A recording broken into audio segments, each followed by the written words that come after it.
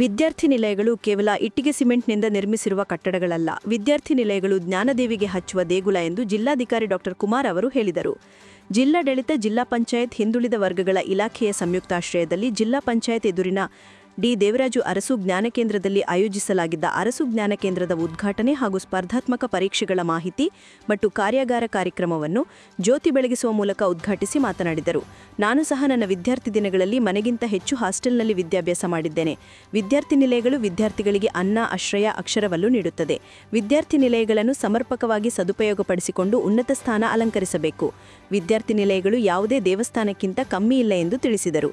ಸಭೆಯಲ್ಲೂ ಜಿಲ್ಲಾ ಪೊಲೀಸ್ ಅಧೀಕ್ಷಕ ಮಲ್ಲಿಕಾರ್ಜುನ ಬಾಲದಂಡಿ, ಉಪವಿಭಾಗಾಧಿಕಾರಿ ಶಿವಮೂರ್ತಿ, ಹಿಂದುಳಿದ ವರ್ಗಗಳ ಕಲ್ಯಾಣ ಇಲಾಖೆ ಉಪನಿರ್ದೇಶಕಿ ಮಂಜುಳಾ, ಜಿಲ್ಲಾ ಕುರುಬರ ಸಂಘದ ಅಧ್ಯಕ್ಷ ಸುರೇಶ್, ಡಿ. ದೇವರಾಜ್ ಅರಸ್, ಹಿಂದುಳಿದ ವರ್ಗಗಳ ವೇದಿಕೆ ಅಧ್ಯಕ್ಷ ಎಲ್. ಸಂದೇಶ್ ಸೇರಿದಂತೆ ಇನ್ನಿತರರು ಉಪಸ್ಥಿತರಿದ್ದರು.